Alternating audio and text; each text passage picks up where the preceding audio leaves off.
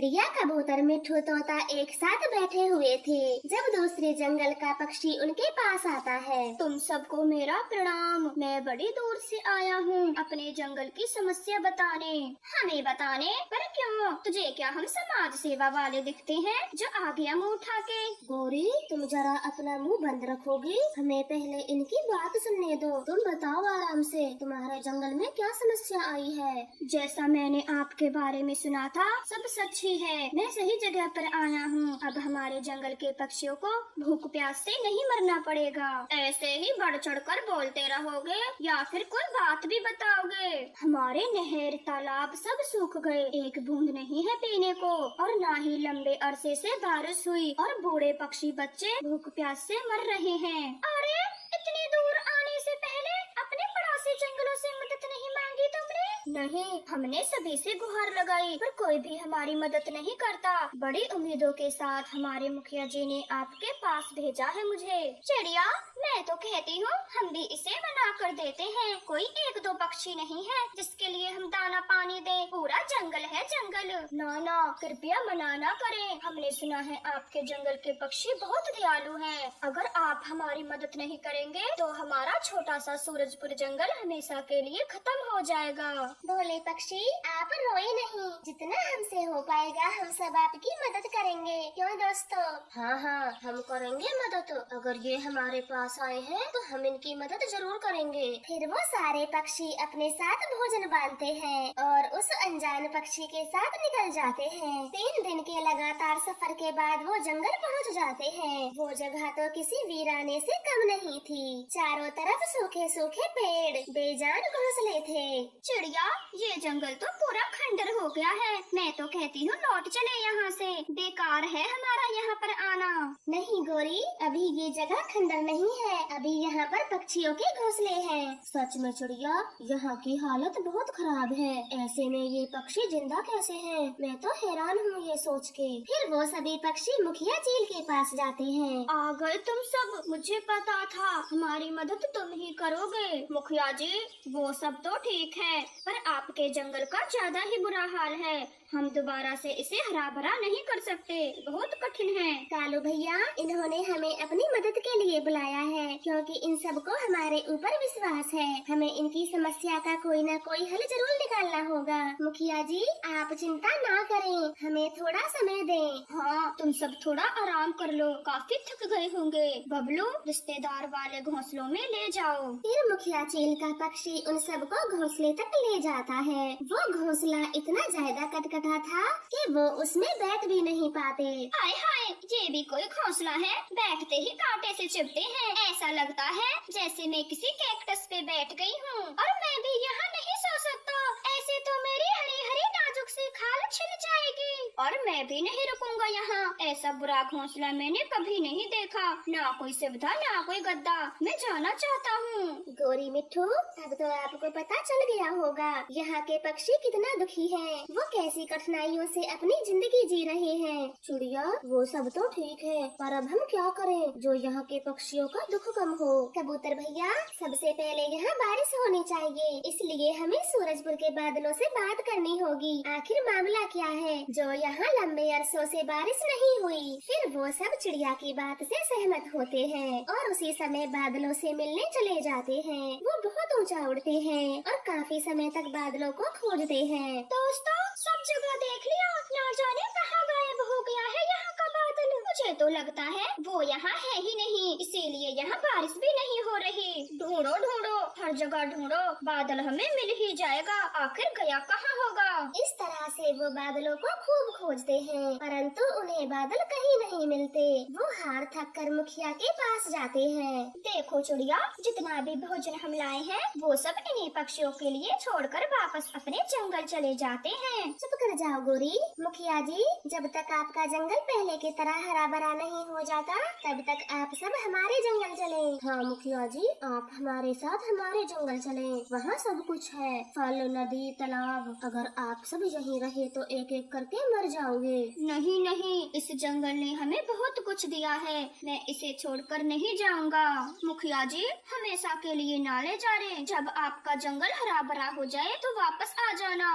फिर मुखिया को उनकी बात माननी पड़ती है और सारे पक्षी अपना सामान उठाकर निकल पड़ते हैं। उन्हें आते आते रात हो जाती है। नदियों में पानी, हरे हरे पेड़ फलों से लदे हुए। बहुत अच्छा है आपका जंगल, ये एहसान हम कभी नहीं भूलेंगे। कभी ऐसा हमारा जंगल भी हुआ करता था। ओए कबूतर, बढ़ाइयाँ लूटना बंद कर और ये बता, ये सब सोएंगे कहाँ? मेरा घोंसला तो नाजुक सा है, मैं किसी को नहीं आने दूंगी अंदर। गोरी ने ठीक कहा, मेरा घर भी कमजोर है, अब हम इनको कहाँ सुलाएंगे? गोरी ने क्या ठीक कहा, ये सब हमारे जंगल के मेहमान हैं। जब तक इन सब के अपने अपने घर नहीं बन जाते तब तक हमें इन सब को मिल बांट कर अपने अपने घरों में ही सुलाना पड़ेगा। हाँ दोस्तों, मुझे कबूतर की बात सही लगी। फिर सब पक्षी फैसला कर उन अनजान पक्षियों को अपने अपने घर ले जाते हैं और खाना पीना खिलाकर सभी को सुला देते हैं। मिट्ठू तोते का घर बहुत कमजोर था, वो 4 पक्षियों का वजन नहीं झेल पाता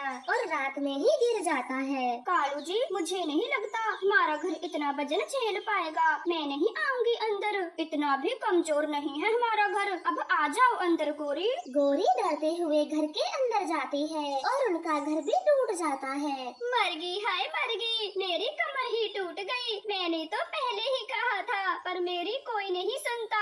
घर में दबने से कई पक्षियों को तो चोट आती है और कई सुरक्षित बच जाते हैं। माफ करना गोरी मिट्ठू, आपने तो पहले ही कहा था पर मैंने आपकी बात पर विश्वास नहीं किया। जान बची, सब ठीक है, पर अब ये बताएं, आपके नए मेहमान सोएंगे कहाँ? कालू भैया, क्यों ना हम हरे घास के घर बनाएं। जब मैं पहाड़ी वाले जंगल में रहती थी तो मैंने वहाँ से घास के घर बनाने सीख लिए थे। ठीक है तो रानो, हम सब तुम्हें हरी घास काट काट कर देंगे और तुम सबके लिए घर बनाओ। फिर कालू, कौवा और कबूतर हरी घास काट काट कर ढेर लगाते हैं और सारे पक्षी चिड़िया की मदद करने लग जाते हैं। लगभग 2-3 घंटों में वो काफी सारे घास के घर बना देते हैं, जिन्हें देखकर दूसरे जंगल के पक्षी बहुत खुश होते हैं और सुकून से सो जाते हैं। आज सारा परिवार बहुत खुश था क्योंकि टूनी चिड़िया का रिश्ता एक अमीर खानदान में हुआ था। एक रोज टूनी की सहेली उसके घर आती है। अरे वाह टूनी, इतने अमीर घर में रिश्ता हो गया और एक मिठाई तक न खिलाई। अरे कोयल, आपने बड़ी चिंता की मिठाई की, मैं अभी लेकर आती हूँ। टूनी बड़े उत्साह के साथ मिठाई का डब्बा खोलती है, लेकिन उसमें तो एक भी मिठाई नहीं थी। भाभी, मेरी सहेलियाँ तो पहले से ही ताना दे रही हैं, अब मैं उन्हें मिठाई कैसे खिलाऊं? सारी मिठाई तो खत्म हो गई। मिठाई खत्म हो गई है तो क्या हुआ, कुछ अच्छा सा बनाकर खिला दो। मैं अपनी मम्मा के घर जा रही हूँ, शाम तक वापस आ जाऊंगी, अपने भैया को बोल देना।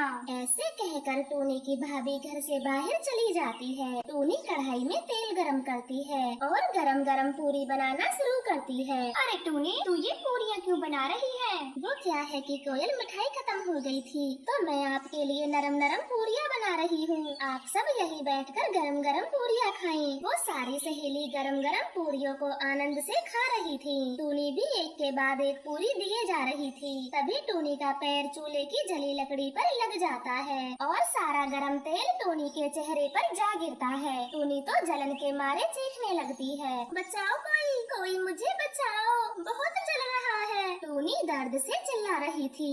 घर के अंदर कोई नहीं था। सारी सहेलियाँ बहुत घबरा गई थी। अंदर से चीखने की आवाजें सुनकर एक पड़ोसी कबूतर पक्षी घर के अंदर आ जाता है। वो टूनी को जल्दी से हॉस्पिटल लेकर जाता है। धीरे धीरे सारा परिवार हॉस्पिटल में जमा हो गया था। डॉक्टर साहब, अब मेरी बहन कैसी है? मैं उससे बातें तो कर सकता हूँ? हाँ टीनू जी, आप बातें तो कर सकते हो, लेकिन क्या डॉक्टर साहिबा, आप कुछ छिपा रही हो? छिपाने वाली बात क्या है टीनू जी? आपकी बहन का चेहरा बुरी तरह से जला है तो आप उसे अचानक से देखकर चौंकने जैसा व्यवहार मत करना, वरना टोनी को इस गंभीर हालत में सदमा लग सकता है। टीलू चिड़ा डॉक्टर की यह बात अपनी पत्नी और बच्चों को समझा देता है। टोनी को घर लाया जाता है। उसके चेहरे पर पट्टियां बंधी हुई थी और सभी उसका खूब ख्याल रख रहे थे। टोनी मेरी बहन, कल आपके चेहरे की पट्टियां खुल जाएंगी, फिर जी भर कर देख लेना। कुछ नहीं हुआ है आपके चेहरे को, आप बेकार ये चिंता कर रही हो, बस जरा सा जला है। फिर अगले दिन टोनी की पट्टियां हटाई जाती हैं। वहाँ खड़े बच्चे डरकर अपनी मम्मा के पीछे छिप जाते हैं, क्योंकि टोनी का चेहरा बुरी तरह से खराब हो गया था। भैया, ये बच्चे मुझसे क्यों डर रहे हैं? मेरे पास क्यों नहीं आते? टोनी जल्दी से आईना देखती है। वो अपना चेहरा देखकर डर जाती है, क्योंकि पूरा चेहरा बुरी तरह से जल गया था। ऐसे ही दिन बीतते हैं। जंगल के सभी पक्षी बच्चे टोनी को देखकर डरने लगे थे। कोई भी उससे बातें तक नहीं करता। टोनी सारा दिन घर में ही बिताने लगी थी। उसकी भाभी का व्यवहार भी पूरी तरह से बदल चुका था, क्योंकि वो भी टोनी का जला हुआ चेहरा देखना पसंद नहीं करती थी। देखो टीलू जी, अब तो आपकी बहन का रिश्ता भी टूट गया है और कोई दूसरा हाथ थामने को तैयार नहीं है। सब डरते हैं इस चेहरे से, तो अब हमें क्या करें इस जली हुई टोनी का? कम से कम आपको तो ऐसी बातें नहीं करनी चाहिए। आखिर आप टोनी की इकलौती भाभी हो। भाभी हूँ तभी तो सोच रही हूँ। देखो, शादी तो अब टोनी से कोई नहीं करने वाला, और यहाँ रहेगी तो पड़ोसियों से भी हमारे रिश्ते खत्म हो जाएंगे। इसीलिए कहती हूँ टोनी को अनाथ आश्रम छोड़ाते हैं, वहाँ ऐसे पक्षियों की बहुत देखभाल होती है। अपनी पत्नी की बातें सुनकर टीलू चिड़े को बहुत गुस्सा आता है और वो अपनी पत्नी से कहता है, देखो, अगर तुम्हें भी मेरी बहन से डर लगता है तो ये घर छोड़कर चले जाएं, लेकिन मैं अपनी बहन को यहाँ से कहीं नहीं जाने दूंगा। ठीक है, अगर आपको टोनी को आश्रम नहीं भेजना तो मत भेजो, मैं ही जाती हूँ हमेशा के लिए घर छोड़कर। आप ही रहना उस जली हुई आत्मा के साथ। ऐसे कहकर टीलू चिड़े की पत्नी अपना जरूरी सामान बांधने लगती है। टोनी चुपके से उनकी सारी बातें सुन रही थी। वो अपने भैया का घर उजड़ते हुए नहीं देख सकती। वो चुपके से अपनी भाभी के पास जाती है। भाभी, आप मेरे कारण ये घर छोड़कर ना जाएं। मैं ही यहाँ से कहीं दूर चली जाती हूँ, जो कभी भी लौटकर वापस नहीं आऊंगी। ऐसे कहकर टोनी चिड़िया अपने घोंसले में चली जाती है और रात होते ही घर छोड़कर भाग जाती है। वो रात के अंधेरे में उड़े जा रही थी। वो अपने जंगल से बहुत दूर निकल आई थी। अब मैं अपने जंगल से काफी दूर आ चुकी हूँ। मुझे अपने रहने का इंतजाम यहीं पर करना होगा। रात के अंधेरे में टोनी चिड़िया वहीं पर सो जाती है और अगली सुबह वहीं पर अपना छोटा सा घोंसला बना लेती है। वो अपने घोंसले के पास कई तरह के फूलों का बाग लगाती है। नए नए फूलों को खिलते देख टोनी को बहुत खुशी मिलती, क्योंकि वहाँ उससे कोई भी बातें करने वाला नहीं था। ऐसे ही काफी समय बीत जाता है। एक दिन उसकी बगिया में एक विदेशी पक्षी अपनी हवाई मोटर के साथ रुक जाता है। जरा सुनिए, क्या आप मुझे कुछ फूल दे सकती हो? मैं अपनी होने वाली पत्नी के लिए लेकर जा रहा हूँ। उसे ऐसे फूल बहुत पसंद हैं। मैं आपको पैसे दे दूंगा। नहीं बाबूजी, मैं ये फूल बेचती नहीं हूँ। मैंने तो इन्हें अपनी खुशियों के लिए बोया है। आप इन्हें ऐसे ही ले जाएं। यह आवाज सुनते ही विदेशी चिड़ा चौंक जाता है और याद करता है, कृपया आप अपना चेहरा मेरी तरफ करेंगी, क्योंकि यह आवाज मेरी होने वाली पत्नी टोनी के जैसी है। अब तो चिड़िया भी घबराई हुई थी, क्योंकि वो जानती थी कि उसका चेहरा देखकर टुन्नू भी डर जाएगा। इसलिए वो अपना चेहरा उसे नहीं दिखाती, क्योंकि वो उसे पहचान गई थी। देखो बाबूजी, इस दुनिया में काफी लोगों की आवाजें एक जैसी होती हैं। आपको जहाँ जाना है वहाँ जा सकते हो। मैं यहाँ से कहीं नहीं जाने वाला जब तक आप अपना चेहरा नहीं दिखा देती। ऐसे कहकर वो चिड़िया के सामने जाता है और उसका जला हुआ चेहरा देखकर डर जाता है। कौन हो आप? कौन हो? इसीलिए मैं अपना चेहरा नहीं दिखा रही थी। आखिर आप भी मुझे देखकर डर ही गए ना टुन्नू जी? मतलब मेरा शक सही था, आप ही टोनी हो। ये सब कैसे हुआ और मुझे खबर क्यों नहीं की? टोनी रोते हुए उसे सारी बातें बता देती है। आपकी मम्मा रिश्ता तोड़कर चली गयी। वहाँ मुझसे सब डरते थे, इसलिए मैं यहाँ रहती हूँ। बस करो टोनी, बस करो। बहुत रो लिया तुमने। अब चिंता की कोई बात नहीं। मैं आपको अपने साथ विदेश ले जाऊंगा और आपका चेहरा पहले जैसे ठीक करवा दूंगा। टुन्नू चिड़ा टोनी से बहुत प्यार करता था। वो उसे अपने साथ विदेश ले जाता है और उसका इलाज करवाता है। कुछ समय बाद चिड़िया का चेहरा बिल्कुल पहले जैसे हो जाता है। वो दोनों शादी कर लेते हैं और खुशियों भरा जीवन बिताने लगते हैं।